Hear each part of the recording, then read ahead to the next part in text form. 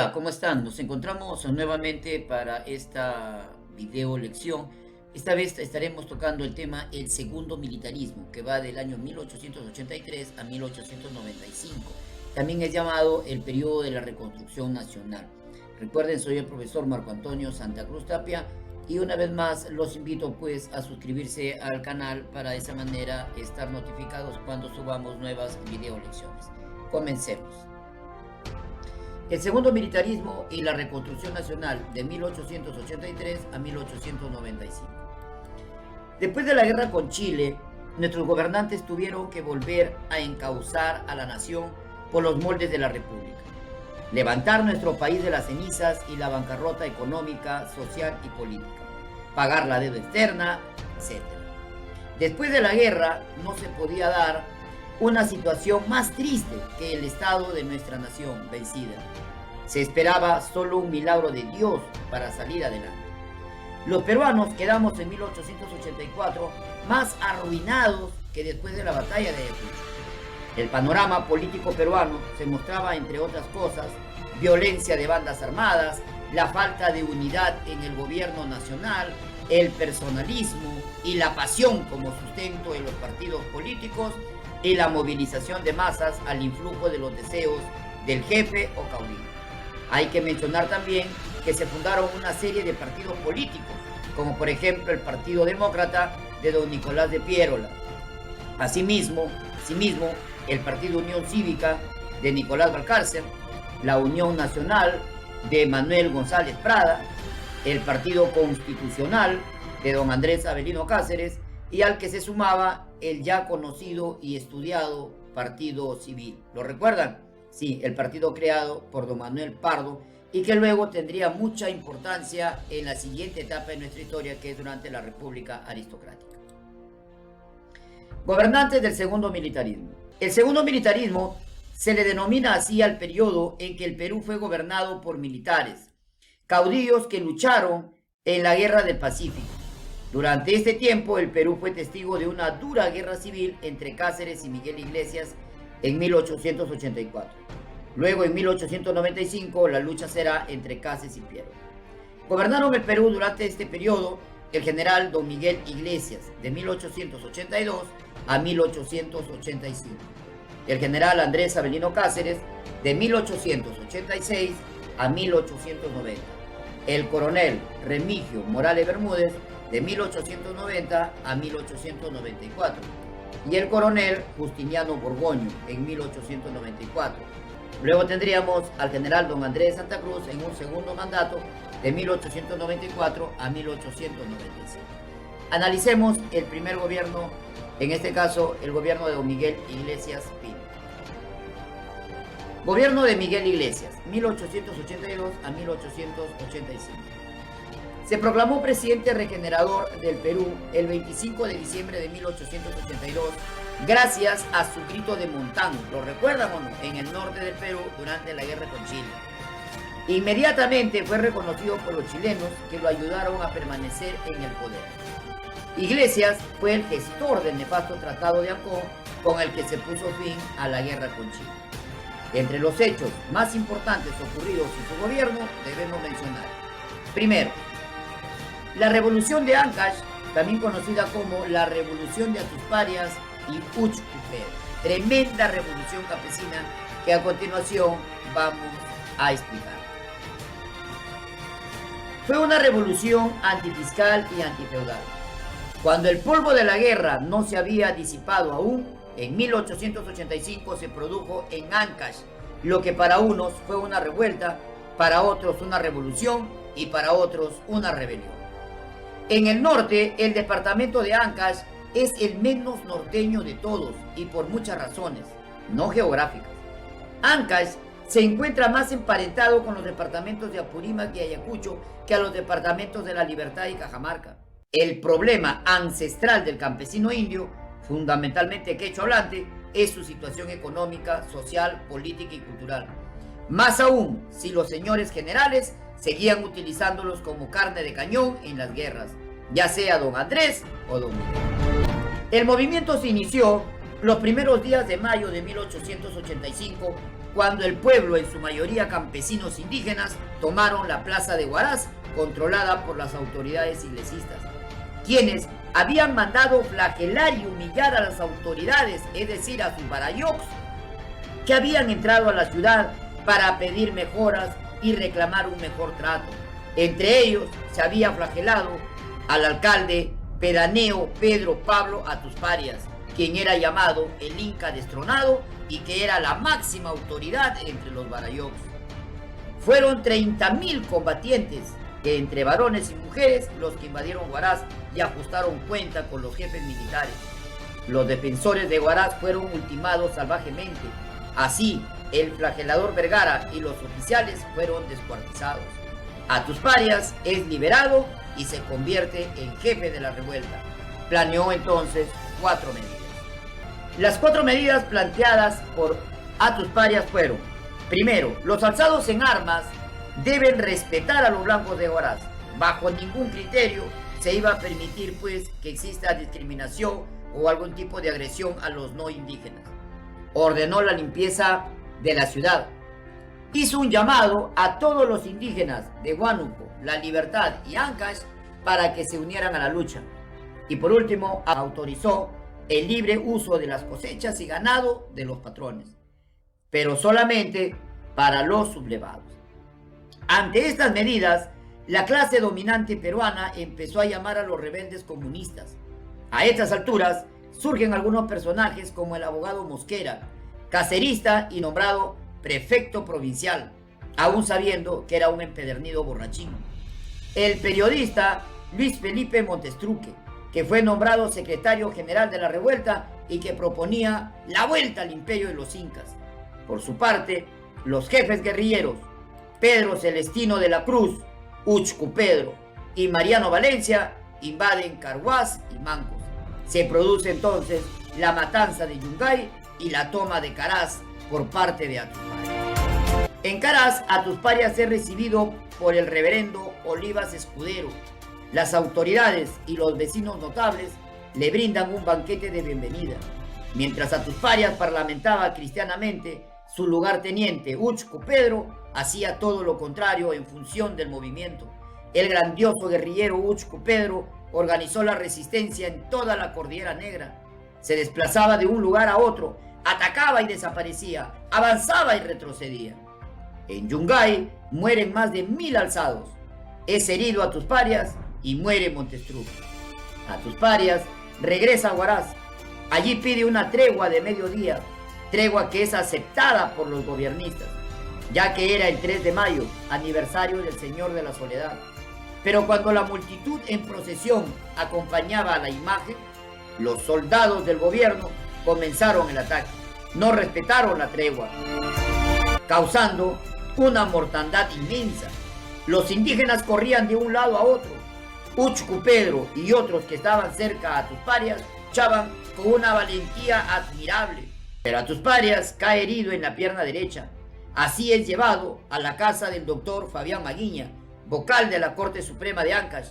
Inmediatamente el prefecto Iraola fue a visitarlo para conocerlo y por orden superior le extendió un salvoconducto, ya que en este momento de la rebelión el que estaba dirigiendo el gobierno del Perú era Andrés Avelino Cáceres y este admiraba mucho a Atusparias. Ese mismo día empezó un horroroso escarmiento de los indígenas. Los mataban sin misericordia. Más de 500 fueron fusilados. Se les obligaba a cavar zanjas inmensas a las que caían después por los tiros de los pelotones. Mientras tanto, Uchcu Pedro, luego de escapar de la matanza, se refugia en la cordillera, donde organiza sus columnas guerrilleras y asume el comando de la revolución. Tomó la Cordillera Negra y junto a Justo Solís toma también la Cordillera Blanca. El sacerdote Fidel Olivas, como buen guardián del orden, tanto en el cielo como en la tierra, fue enviado como una paloma de paz para convencer a Uchcu Pedro con la palabra de Dios. Pero este le respondió: yo no creo en sacerdotes ni beatas. Si Dios existe, si el infierno existe, primero que se condenen los mestizos que hay. El Dios de los blancos no es mi Dios. Ciro Alegría, en su obra El mundo es ancho y ajeno, nos describe: las columnas guerrilleras disponían de pocos fusiles, 40 cajones de dinamita y 8 barriles de pólvora que Uchu Pedro ha sacado de las minas. Defiende los pasos importantes de la Cordillera Negra, es el más fuerte, los demás han de luchar con rejones y machetes. Uchu Pedro continuó luchando, causando terror y bajas en las fuerzas del orden. Después de duros enfrentamientos, se retira con sus 30 guerrilleros y pide ayuda a su compadre de apellido Arteaga, quien después de aceptar el pedido, lo hospeda en su casa. Luego el compadre le solicita un prestado, 500 soles. Transcurrido algunos días, lo prestado será cobrado y el compadre, en lugar de devolver el dinero, lo delata a las fuerzas del orden y lo entrega.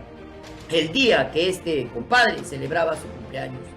Uchu Pedro vino a la recepción, salió el compadre, lo abrazó, pasaron a la casa, bebieron y comieron. En fin, cuando Uchu Pedro estaba bien bebido, entraron los soldados y lo tomaron prisionero. Por eso hoy en las alturas de Ancash siempre dicen a los malos compadres, Uchu Pedro, pues compadre, Uchu Pedro. Es decir, traidor como el compadre de Uchu Pedro. Este héroe cayó en manos del gobierno el 28 de septiembre. El 29 de septiembre en Casma hizo su testamento ante un notario. Y el 30 de septiembre de 1885 lo fusilaron. Le quisieron vendar los ojos, pero él contestó, no señor, nadie me va a vendar a mí, yo quiero ver la muerte de frente. Acto seguido fue fusilado. El cura de Casma no le quiso dar cristiana sepultura, sabiendo que el rebelde jamás aceptó a Dios. Se dice que un pastor protestante enterró su cuerpo con limosnas. Esta muerte es la misma que han recibido y reciben todos aquellos que han decidido rebelarse y reivindicar sus derechos al gobierno. Mientras todo esto ocurría, con Uchu Pedro, Atusparias es llamado a Lima por Cáceres. Para 1886 ya Cáceres estaba en el poder, como les había mencionado. Atusparias viajó con su hijo mayor Manuel. En Lima es muy bien recibido por el presidente Cáceres, quien le ofrece nombrarlo prefecto de Huaraz. Atusparias respondió, no señor, yo casi no sé leer ni escribir, más bien te voy a rogar que me hagas el favor de educar a este hijo mío, dale todos los conocimientos respectivos. Esta actitud de Atusparias fue una abierta traición. Por ello, cuando regresó a Huaraz, los campesinos, los barayocs, los comuneros, enterados de su actitud, lo invitaron a comer y beber. 15 ancianos se arremolinaron junto a él y luego el más anciano de los Auquilla, o representantes de la comunidad, con voz ceremoniosa de autoridad le dijo, este poto de chicha te hemos preparado especial para ti, sírvete. Atusparias respondió, aquí me dan ustedes el poto de chicha de despedida. Está bien, yo les he defendido, he hecho lo posible, hasta he tenido que irme a Lima a hablar con el presidente. Ellos respondieron, no señor, has estado de acuerdo con los mestizos, has sido en contra nuestra y no a favor. Por eso nosotros te damos esta comida de despedida. Atusparias en silencio bebió ceremoniosamente y sin apurarse la chicha envenenada. De pronto surgió entre los demás un viejo y dijo, muy bien, ya has tomado, Dios te llama, te vas, y yo también quiero ir contigo. Y tomó las sobras, y al poco rato los dos cayeron muertos. Allí terminó Atusparias.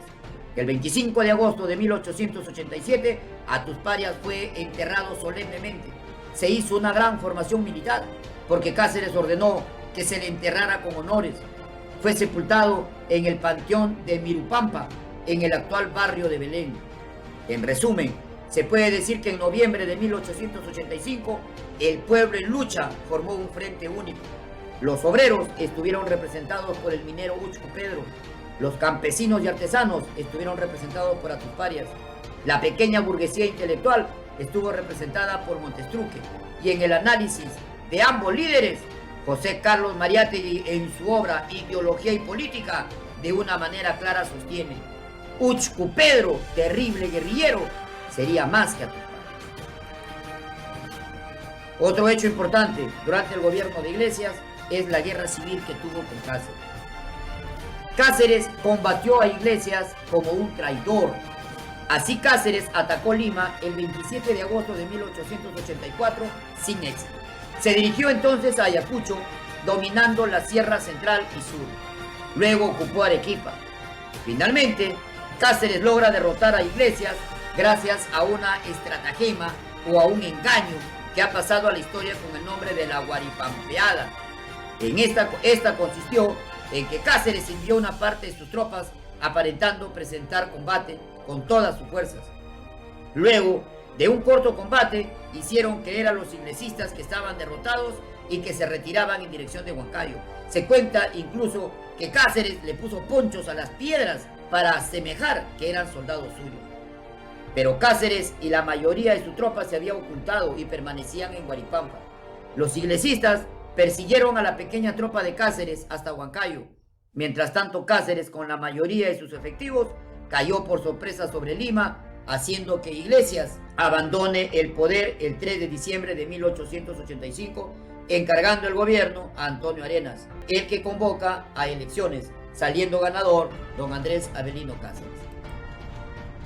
Entre las otras obras que podemos mencionar de este gobierno, se encuentra la reconstrucción de la Biblioteca Nacional y al mismo tiempo nombrando a Ricardo Palma como su director, y que sería luego conocido como el bibliotecario mendigo, ya que tuvo que buscar libros, pedir libros donados para poder dotar de este material a nuestra biblioteca. Asimismo, se produjo el sacrificio de Daniel Alcides Carrión el 5 de octubre de 1885, inoculándose el microbio de la verruga o fiebre de la orolla. Reinstaló el Tribunal de Justicia, reabrió la Universidad de San Marcos. Recuerden que había sido tomado por los chilenos para su caballeriza. Y reabre el Colegio Guadalupe, uno de los colegios más emblemáticos de Lima, y que puso bajo la dirección del ilustre personaje Pedro Labarque. Como lo dije, en las elecciones sale ganador don Andrés Avelino Cáceres. Este primer gobierno de Cáceres lo estudiaremos en la próxima video lección. Muchas gracias.